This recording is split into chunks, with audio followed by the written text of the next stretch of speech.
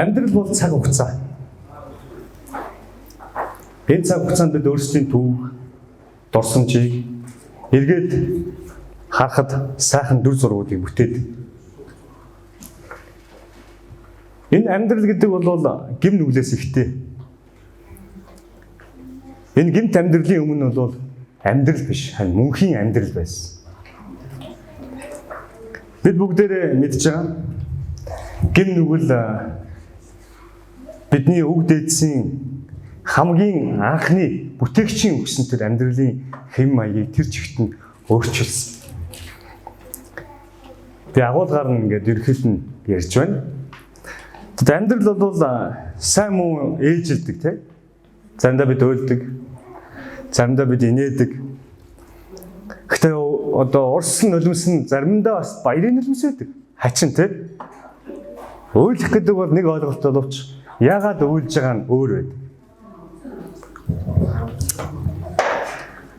Өнөөдөр өглөөний мандах нарыг бид нар бол харж чадлаа гэж би бодож байна. Энэ бол их том амжилт.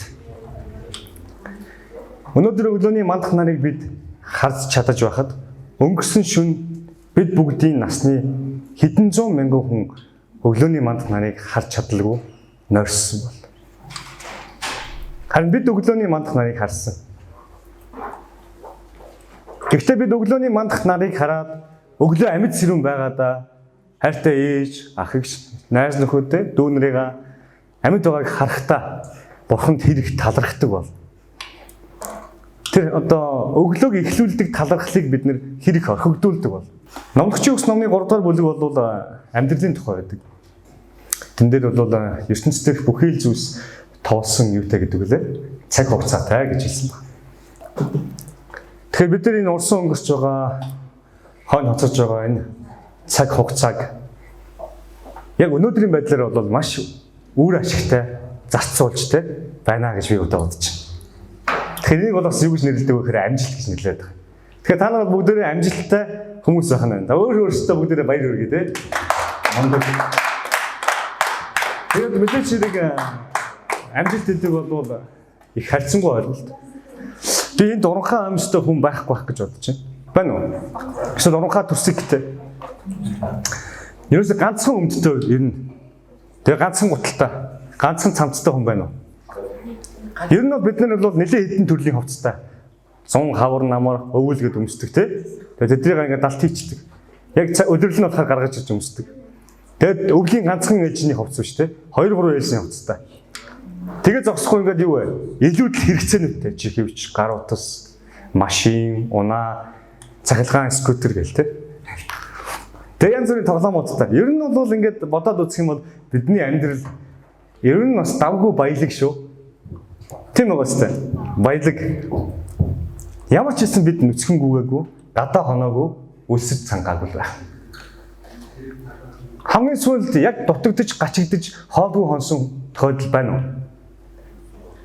Амен. Би бас амен гэж хэлмээр байна. Заавал байх ёстой биш амен. Эзний ивэлээр бид нар бол дутагдж, гачигдах юмгүй амьдарч байна гэсэн. Сударт хэлэхдээ би зөв хүний үр хүүхэд талахгүй жохыг үзээгүй гэж хэлсэн байдаг. Амен. Амен. Амьдралын талаар бол бид ингээд хүүрнэн яриад халж суугаад дуусахгүй. Тэгээд амьдралын талаар ярих ирэх хүн болгонд л байгаа. Зарим ахмадууд яг хоо жоохон хүүхэд амьдралын талаар ярихаар жоохон инээд нь хүрдгэлтэй, тэ? Игдвэцдэг. Амныхын цалиа арилаагүй, боровныхаа басыг арилж чадахгүй амьдрал ярьлаа гэж хэлж байгаа. Амьдрсан л юм чинь л амьдрал ярина шүү дээ. Амьдрчил байгаа юм чинь бидний амьдралд хүн болгонд л бэрхшээл, зовлон, асуудал бэрхшээл гэж байдаг. Миний энэ бүхэн ярьж байгаа зүйл бүгд л ингээд Библиэлд та бүгд хааны газар уншдаг ишлэлүүд явж байгаа. Тэдний тэд гэсэн байхгүй болохоос шүү. Тэгээд би боддог байхгүй юу? Асуудлын талаар ингээд эсвэл жоохон би ингээд ямар нэгэн зүйлд санаа сэтгэлээ чилээгээд те санаа зовоо сууж байхдаа миний 9 настай охин ч гэсэн яг л над шиг санаа сэтгэлээ чилээгээд санаа зовох юмтай байдаг л ах та гэж боддог. Би энд байгаа та бүгд ч гэсэн манай итгэл ч гэсэн хүсэл ч гэсэн ямар нэг зүйл санаа зовж байдаг. Бас амьдралд нь бэрхшээл тий асуудал байдаг. Зарим нь ээж авдаа ярьж чадахгүй. Найз нөхдөд хэлж чадахгүй. Уудалж гаргах нөхцөл боломж нь ч олдохгүй ч юм уу. Нэг л таарж өгдгүү цаг үе. Тэр явж байгаа хүмүүс байна. Бүгд өөр өөрийн гэсэн өргөстэй.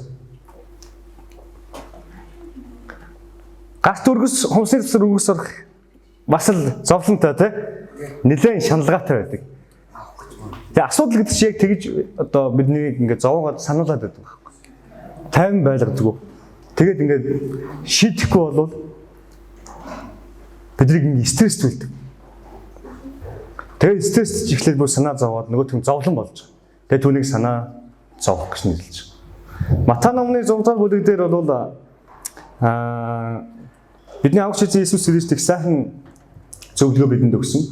Зааварчилгаа үлдээсэн. Тэгээд хамтдаа 25 дахь ишлээс уншицгаая. Энд би та нарт хэлье. Юу идэж, юу уух билээ гэж амийнхаа төлөө санаа бүү зовоорой. Мөн юу өмсөх билээ гэж биеийнхаа төлөөч санаа бүү зов. Амин хоолноос, биеийн хувцснаас илүү эрхэм босоо гэж хэлж байна. Тэгэхээр хүнд бол амин чухал хэрэгцээнүүд гэж байгаа. За нэрлээрээ манайхаа. Амин чухал ямар хэрэгцээ гэдэг вэ? Нэг олон биш те. За хэлээд үзье. Юу байх вэ? Идэх, уух, өмсөх. Зүөх гэдэг чинь ялгаагүй л хальтаа те. Өмсөх зүөх гэх нэг л хослоо. За тэгээд гэр орон те. Гэх мэтлээ ингээд амин чухал хэрэгцээ байж байгаа. Амин гэдэг нь эдэр байхгүй бол ер нь бас амьд явахд хэцүү гэсэн утгатай. Ер нь ам эрсдэн гэсэн үг. Ам эрсдэлд орно гэсэн. Гэтэл бид нар бол бүгдээрээ одоо яг энэ бүх асуудал бол шийдэгдсэн хүмүүс байна. Энэ бүх хэрэгцээ хангагдсан хүмүүс байна. Бидний ам эрсдэлд ороогүй байна. Тэгтэл бид нар яадаг вэ? Сэтгэлээ чилээд суудаг өдрүүд байдаг те. Зүг. Бүр сэтгэлээр унтсан, бүр аим орцсон те. Эсвэл бүр ингээд шаналцсан, гараал маа гэж банц цохол те. Хан цохол залуучууд дандаа юм зөгчөөдөг уурлахаараа те. Тэгээ зориуд гараа ингээд шалбруулад тэрэндээ ингээд кайф авдаг. Би зөндөө харсан. Эсвэл яадаг ингээд уурлаад эхнэртэй ч ураа гаргаал, нөхөртэй ч ураа гаргаал, найз зөвхөндөө найз хүмүүндээ ч ураа гаргаал, дотны найзтай хүртэл ураа гаргаал гэдэг те. Тэгэхээр бидний дотор нэг болохгүй юм байгаа байхгүй. Хэдийгээр хэрэгцээ нь хангагдсан ч гэсэн энэ сэтгэл, энэ оюун санаа, энэ бие биднийг тайван байлгахгүй байгаа нэг шалтгаан байна шүү дээ. Бидний хэрэгцээ хангагдсаар байгаа атал нэгсэндээ бид илүү яадаг вэ? Хүсэл. Бидний илүү хүсэх тэр хүсэл, эрмэлзэл, тэр шонол нэг талаараа хязээч зогсохгүй мэд үргэлжилдэг. Бид ингээд гар утсыг зөвхөн хайртай дотны хүмүүстэйгээ харилцах гэж авч байгаа. Тэгээд тэрийг үргэлжийн мөхөд яадаг вэ? Сайжруулж, дэвшлүүлдэг. Тэгээд бүр илүүг нь авахыг хүсдэг. Тэгээд реклам гарангуут бүр ингээд шүлхэн гоождаг. Тэгээд шууд гараад цадингийн зээл тавьж, лизингээр iPhone 13 Pro Max авч. Бид нөө хэрэгцээ мань хангагдсаар байтал илүү хүсээд тэр хүсэлтийг хөтлөгдөөд тэ өөрсдийнхөө амьдралыг бүр илүү их асуудалд оруулчихад. Одоо цагт их танил үг би танарт хэлэх үү? Зээл. Танил угаас зээлгүй хүн гэж байхгүй те баг. Хүн болгон зээлтэй. Сүүлдээ зээлийг бол зөвтгдөг болж байгаа. Зээл гэж чинь зүв юм байлаа. Зээл бидний хөдөлгөх хүч юм байлаа гэж ярьдаг болж байгаа шүү дээ. Ойлгож байна. Зээлгүй хүн гэж байхгүй. Бид нөө илүү хүсэж тэр хүсэлдээ ороогдоод тэр хүсэл эрмэлзлээ дагаж явсаар хагаад сүүлдээ зээлтэй болдог. Тэр зээл гэдэг бол санаа сэтгэл чилээдэг зовоодаг асуудал байхгүй юу? Их зээлтэй хүн бол тайван ч унтаж чадахгүй. Сайхан гэр бүлээр хэд хоног амралтаар ч явж чадахгүй. Нэг өдөр цагаар хэмжигддэг тийм ээ. Дэгжээж мөнгө зээлээ дардаг. Сард сая, 2 сая, 3 саяны одоо зээл төлдөг хүмүүс ч байгаа шүү дээ. Бид өөрсдийн энэ махан биений хүслийг хазаарлахгүй болов. Бид өөрсдийн шунлаа барьж тогтоохгүй болов тэрийгээ бид ингээд юу сул тавьчвал амьдралаа улам нээдрэлтэй болгодог. Өөрсдийн зүрх сэтгэлийг те санаа бодлыг улам нээдрэлтэй болгодог.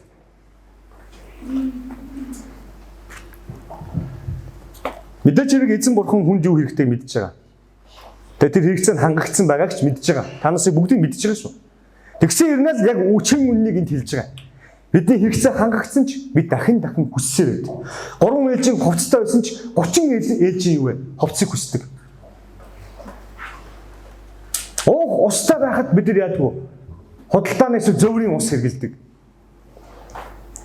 Бид нар гой гуталтай байсан ч сүүлдээ брендийн гутлыг хүсдэг. Гой шигтгэхтэй ч юм уу те чанартай хувцсыг хүсдэг. Тэр нь бол бас хүний гэмт чанартай холбоотой. Цаашаа явах юм бол 26 дахь ишлэл дээр их гоё хэлсэн байна. Тэнгэрийн шуудыг хараач. Тэд тариа тарьж, урааж, сарвчанд хадгалдагчгүй. Тэнгэрлэг эцэгч нь тэднийг тэжээдэг юм аа. Та нар тэднээс үлэмж илүү үнцэнтэй биш үү гэж хэлсэн. Та нар ер нь тагтаа шувуу гудамжинд машин угааж байгааг харсан уу? Харсан уу? Эсвэл ингээд тэрэг түр явж байгааг харсан уу? Тэ? Цүнхтэй юм барьсан нэг ийм шувуу нисээ явж байгааг харсан уу? Хооцооч гэсэн. Гэхдээ ерөөсөө энд бол маш одоо ойлгомжтой жишээг эзэн авч бидэрт одоо хичээл зааж сургаалаа айлдаж байгаа. Тэнгэрийн шуудыг бид хэвзээ яг цаг зав гаргаад ажиглах юм бол энэ ишлэлийг ойлгох боломжтой. Бидний бүтээсэн бүтээгч өөрийн бүх бүтээлдээ анхаарал хандуулдаг. Бүр эд спорт. Тэгэд эзэн бүх бүтээсэн бүтээлдээ хайраа үзүүлдэг, халамжилдаг. Тэгээд тэр бурхны бүтээсэн бүх бүтээл дундаас хамгийн оргил бүтээл нь хүн баггүй. Бурхан Тэнгэрийн шуудын хэрэгцээг хангаж байна. Тэд ямар ч хүний оролцоогүйгээр үржиж байна. Тэ? Тэгээд хоолоо олж идэж байна. Ингээ амьдраад ингээд оршсоор л байгаа. Гэтэл тэд Тэнгэрийн шууг хүнтэй харьцуулбал хүн бидний аврагч хийсэн Иесус Христ хүний төлөө загалмаа дээр цовлогдсон болохоос биш шууны төлөө биш шүү. Эсвэл нөгөө нэг 10 хэдэн сая төгрөгийн үнэтэй эмэгтэйчүүдийн гангардаг жижигхэн нохооны төлөө биш. Бүтээгч аврагч эзэн зөвхөн таны, миний, бидний төлөө амиа золиослсон. Бид тийм хүнсэнтэй. Гэт тэрийг дахин ойлгуулахын тулд эзэн бурхан Тэнгэрийн шуудаар жишээ авч ярьж байна. Бид бурханы хувьд тийм хүнсэнтэй гэдгийг бол өнгөрсөн олон жил яг үнэндээ сүмд ирээдэг хилчин сүмд, түүний мөрөөр цуглаанд, за тий хөтлийн гэрэл цуглаанд бид сүмд ирэн иртлээ мэдэхгүй явж байсан байхгүй. Харин одоо бол бүгдээрээ мэдсэн. Бид чинь хүнсэнтэй юм байна. Бидэнд анхаарал хандуулдаг, халамжилдаг, бидэнд өгөхийг хүсдэг, туслахыг хүсдэг хэн байдаг вүлээ? Аврагч байд юм байна гэдгийг мэдэж авсан.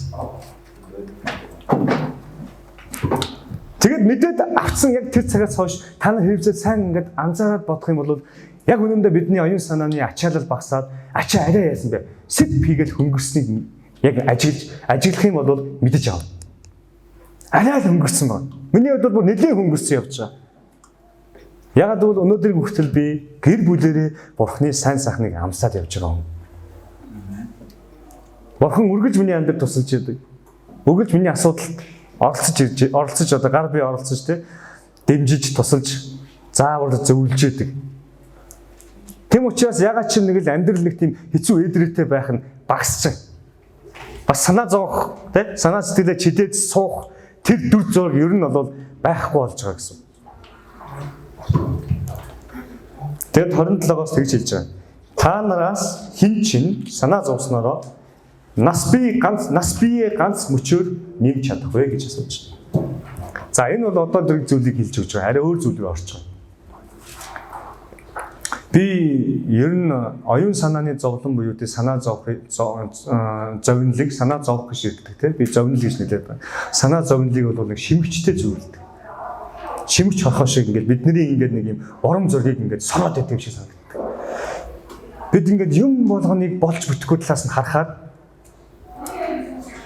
бид нар аливаа зүйл санаа зовж эхэлдэг байхгүй. Тэгэхээр эндээс бид нэг зарчмыг одоо сурлаж болж байгаа. Бид нар юу хардаг юм бэ? Бодож үзээрэй. Юу хардаг вэ? Ирчүүд нь эмэгтэйчүүдийн тайл, өгзөг, тэ царайж сараал явж байдаг юм уу?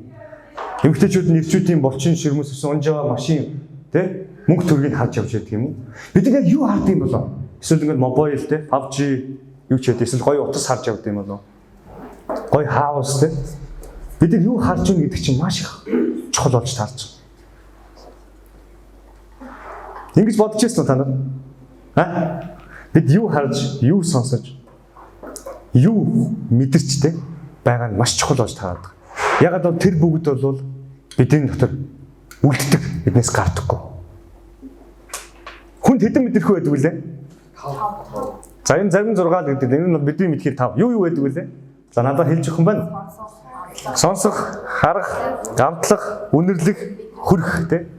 Энэ 5 мэдрэхүй. За энэ 5 мэдрэхүй юунд хэрэгтэй вэ? За надад хариулъя. За мэдээллийг цуглуулахад хэрэгтэй. Тэр мэдээлэл бидний хоёр төрлийн ойнд хадгалагдаад тэгээд мэдлэг болж үлддэг тийм үү? Мэдлэг. Тэгээд тэр мэдлэгийг бид гүн ухаад ухамсарын төвшин задлаа бодонгууд тэр маань мэрэгэн ухаан болж байна. Тэгэхээр энэ 5 мэдрэхүүгээрээ бид мэдээллийг цуглуулдаг. За наашаа бүгд хараарай. Би энэ гартаа Coca-Cola барьсан байна гэж бодъё. Тэгээд энэ гартаа данх хөрсөн. Тэгээд би тэр данх руу ингээд халуун сав руу би Coca-Cola-гоо хийлээ. Тэгээд би дараа нь тэр одоо халуун саваа жишээ авчи дөө. Одоо одкодо би өдөртөгчтэй ингээд аяглаад өгсөн чинь дотроос нь жуус гарах уу? Эсвэл сүлдээ цай. Эсвэл ус гарах уу? Та нар юу гэж боломжтой юу? Ер нь болгоцох юм бол боломжтой тий. Тэрнээс шиг Coca-Cola гэсэн бол кологоо би аягалж өгнө. Сүлдээ цай ивэл сүлдээ цайгаад усан болоод би аягалж өгнө тийм үү? Бид 5 мэдрэхүүгээрээ юуг хүлээж авч энэ дотроо оруулна, түүнийгээ бусад буцаагаар түгээж аягалж өгдөг. Хуваалцдаг. Тэгэхээр бид өөрсдийнхөө оюун санааг зовнилд автуулах те зовоох зүйлсээ сэтгэлээ дүүргээд байна гэсэн. Тэм учраас бид ингэж яадаг. Нүдмэн хүртэл гал цогоо алдаж нэг ийм байдалтай амьдраад байгаа. А залуу хүний хувьд харьцангуй гайгүй те. Яг бас одоохондоо аав ээж гэж хүмүүс байна. Тэд нар маань идэх хоол өмсөх ус бүх юм минь хангаад өгч чинь. Тэгвэл зөвхөн идэх хоол тэр бүхнийг хязгаарлахдаггүй. Хөв хүмүүрийн ой орлон асуудлууд байгаа те. Сэтгэлийг нь зовоод тэр бүхнийг хэлж байгаа шүү. Тэгэхээр бид өнөөдөөс эхлээд би сэтгэл зүрхээ оюун санаагаа зовоохгүй зүйлсийг харж сонсож тэгээ юу лээ ярьжээ ч юм уу хүржээ ч гэдэг юм энэ 5 мэдрэхүүгээ сэтгэл санаагаа зовоохгүй зүйлд зориулъя гэж шийдвэр гаргах хэрэгтэй байна. Амен. Тэгж чадвал бидний одоо санаа зовнил нэг л өдөр тайлагдаад ад хоцорсон үлдсэн байх болно. Амен.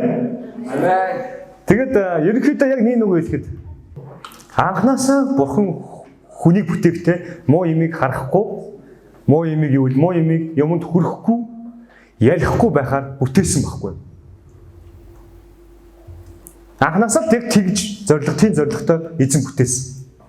Тэгээд тэр болохгүй гэсэн хэл хязгаарыг л бидний өвд эцэд авчиж байгаа. Тэрнээс биш бид муу хардаг, ярьдаг, хүрдэг, бас бие биендээ түгээдэг болцсон. Энэ бол гэхдээ хүний явах ёстой зам бол биш. Тэгэхээр та нар нэг дэлгүүр мэлгүүр торонгууд 3 сар орчим байдаг шүү дээ. Ингээд нэгэн чихээ тавилсан, нэг намаа тавилсан тийм. Нөдөө тавилсан нэг тийм зарж яадаг харсан уу? Тэр чинь юу вэ? Мууг ярихгүй, мууг сонсохгүй, мууг харахгүй гэсэн үг байхгүй. Би ч гэсэн тэр зарчмыг амьдралдаа хэрэгжүүлэх хэрэгтэй.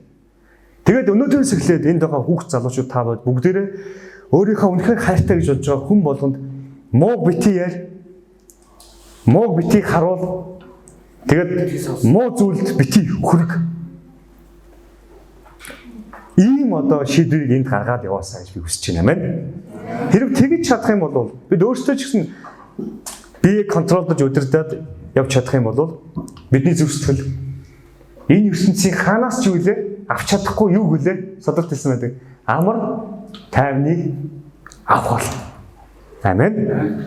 Тэгээд сэтгэл зүрх амар тайван байна гэдэг шиг жаргал ер нь явж хаана. Тийм үстэй. Тайван те амгалан байх ч бас гоё шүү.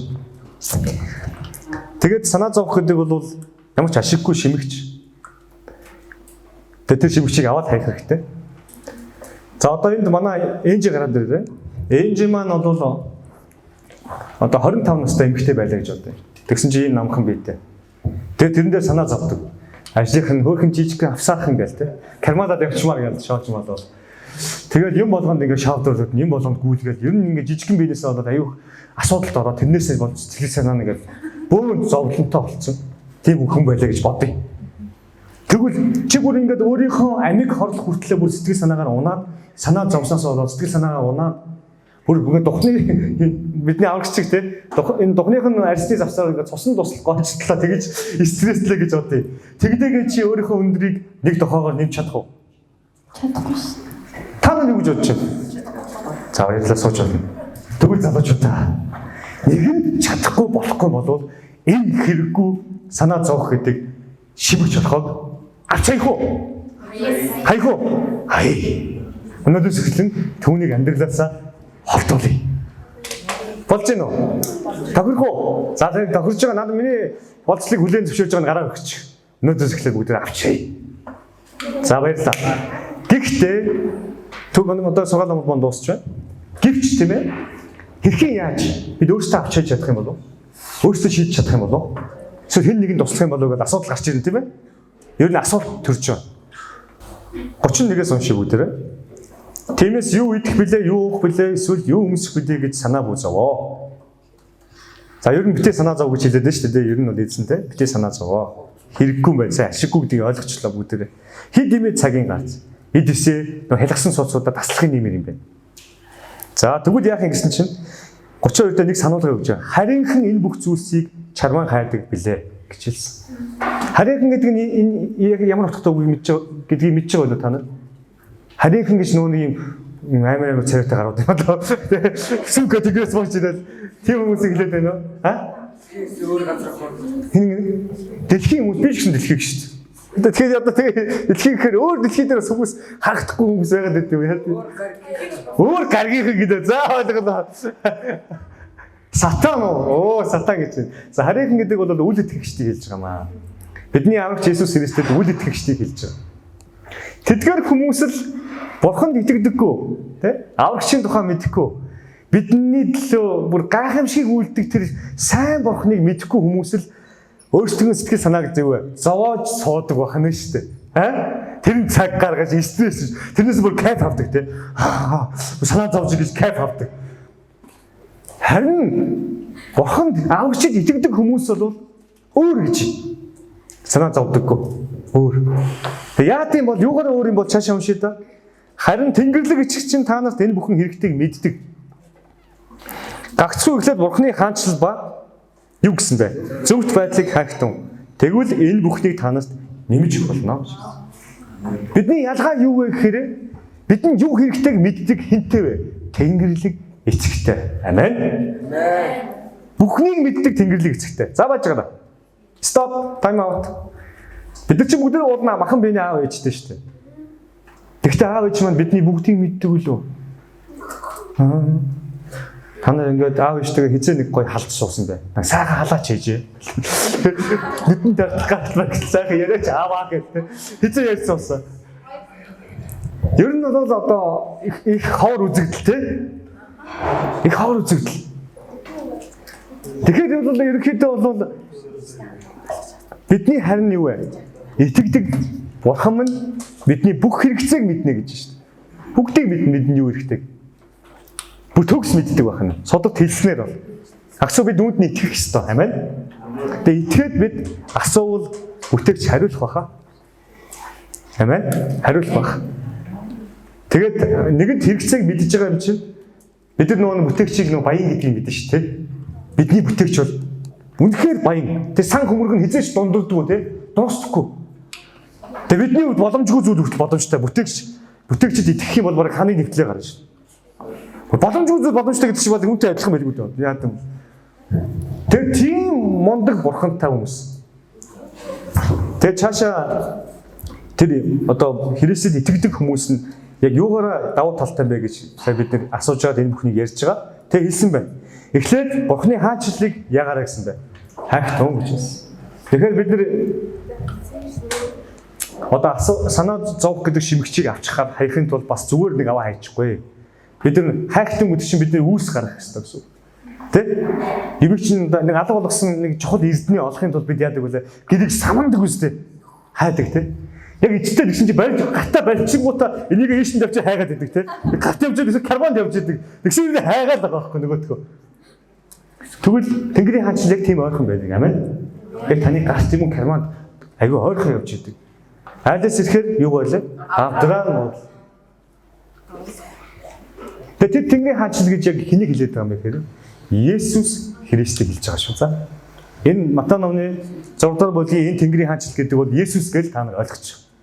Есүс бол өөрөө Тэнгэрийн хаанчлал. Амен. Тэгэхээр та нар Есүсийг ирж хайх хэрэгтэй гэсэн. Гэтэл Есүс их ойрхон. аль хэдийн тантай хамт байсан юм шүү дээ. Тийм биш үү? Амен. Тэгээд төгсгөлт нь 34-ийг бүгдээрээ харцгаая. Сүүлийн ишлэл. Маргааш нь өөртөө санаа тавих тул маргаашийн төлөө санаа бүзовоо. Өдөр бүрийн зүдүүр өдөртөө л хангалттай гэж хэлсэн. Тэгээд төгсгөлт нь би найзуудаа та бүгдийг итгэлийн ахын дүүс юу гэж уриалмаар гэхээр өнөөдөр танд тохиолдсон бэрхшээл зовлон асуудлыг битгий маргааш руугаа авч яваарай. Энэ өдөрт тайлж үлдээж сур. Амен. Тэгэхгүй бол бид нар ингээд өнөөдрийн асуудлаа маргааш руу аваа явчихдаг. Тэгсээр байгаа бид нар 10 жилийн ч юм уу 5 жилийн эсвэл жилийн асуудлуудаа бүр ингээд бүгдийн цуглуулсан чирээ явдаг. Тэгээд ингээд чирээ явахад тэр маань юу вэ? Амар их болсон хүнд. Тэр бүр ингээд бид нар ичээд ядраад байдаг байхгүй. Ачаад дараа нь хүнд болсон. Тэгээд юу ч тайлаад агч чадахгүй. Тэрийг бидний авагч эзэн мэддэг, хардаг. Тэгээд болоогүй байна да. Түүх байна да. Тэгээд их байна шүү дээ. Юу зүгээр хайчих юм чинь. Бүсээ тайлдаг шиг тайлаад огчих л доо гэдэг шүү дээ. Тэгээд тэр асуудлыг хаана шийддэг вэ гэхээр яг ташаараа энд. Асуудлыг яг энэ дотор шийд. Энд ажил дээр биш, сургууль дээр биш. Ойлгосноо? Хин нэг юм яг энэ дотор шийддэг энэ асуудлыг. Тэгэхээр бид өнөөдрийн асуудлыг маргааш руу авч чадах шаардлагагүй. Энэ өдөр үлдээх хэрэгтэй. Тэгээ маргаашийн төлөө хит их битгий санаа зов сэтгэлээ чийлээ. Яг үүндээ бид нар хэдэн цагийн дараа юу болохыг ч мэдэхгүй. Нэгэн л мэдэхгүй юм чинь бас ирээдүйг шийдэж чадахгүй юм чинь бид нар ингээд шал тэмийн юмд ингээд цаг зацуулах гэдэг байхгүй. Ашиггүй. Тэгэхээр маргааш бүр юу болохыг бид бүр мэдэхгүй. Заримдаа өглөөхөн таарсан найз минь орой ихэд нас орсон байх тохиолдолч байдаг. Бид хизээ ухаач мэдэхгүй юу болохыг мэдэхгүй юм чинь бүгдийг мэддэг бүтээгчтэй нөгөө тэнгэрлэг эцэгтэй бүгдийг даатгах сурья. Амен. Энэ бол бас одоо энэ чимэгчийг авч явах нэг том арга юм шүү. Хүнд дарамт дүүрсэн хүмүүсээ бүгд над руу ир гэж хэлсэн. Ойлгож байна. Хүнд дарамт дүүрсэн хүмүүс бүгд над руу. Би та нарт амралтыг өгье гэж хэлдэг. Бурхан таныг амраа гинэ. Иесус. Тэг бүгдээ яг одоо бүгд ачаагаа бүгднийг тайлж шагаад Иесуст өгье. Тэгэхөө